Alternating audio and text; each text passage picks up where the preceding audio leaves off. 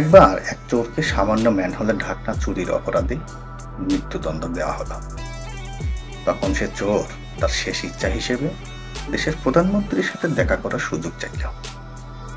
যখন তাকে প্রধানমন্ত্রীর কাছে নিয়ে আসা হলো, তখন সে প্রধানমন্ত্রীর উদ্দেশ্যে বলল, স্যার, আপনার সাথে দেখা করতে চাওয়ার একটাই কারণ, তা হলো আমার কাছে এমন একটা গাছের বীজ আছে যে গাছটা মনের সব ইচ্ছা পূরণ করতে পারে। আমি আপনার জন্য এই গাছটা রোপণ করে দিয়ে দিতে চাই। প্রধানমন্ত্রী তাকে জিজ্ঞেস করল, তোমার চারা লাগাতে কতদিন লাগবে? চোর উত্তর দিল, এই তো স্যার 7 দিন।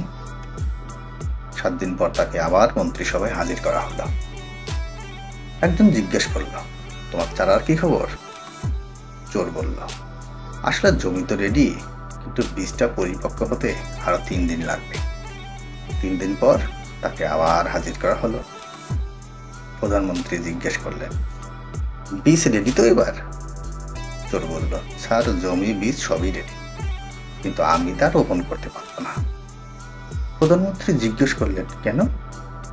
চোর বলল, এটা এমন একজনের হাতে রোপণ করতে হবে যে কোনোদিন চুরি করেনি, না হলে এটা তার কার্যকারিতা হারাবে। সাথে সাথে প্রধানমন্ত্রী অর্থমন্ত্রীকে নির্দেশ দিলেন বীজ বপন করতে।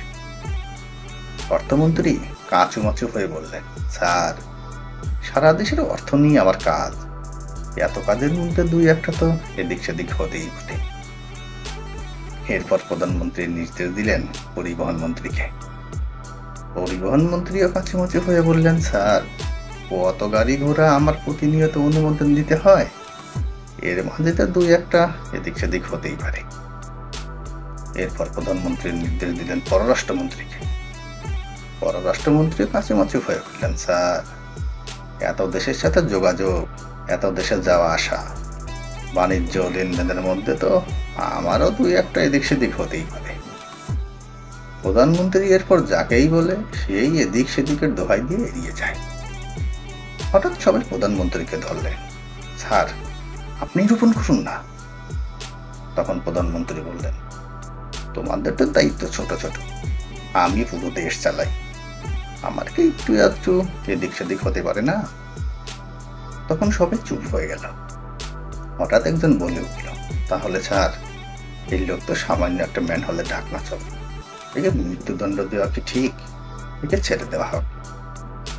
আরেকজন বললেন, না, একে ছেড়ে দেওয়া যাবে না, তাহলে সে বাইরে গিয়ে সব ফাঁস করে দেবে। সবাই চিন্তা করে গেল একে নিয়ে কি করা যায়।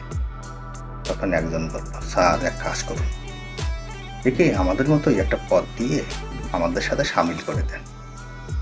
যেই বাবা সেই কাজ, সে চোর হয়ে গেল মন্ত্রিসভার সদস্য।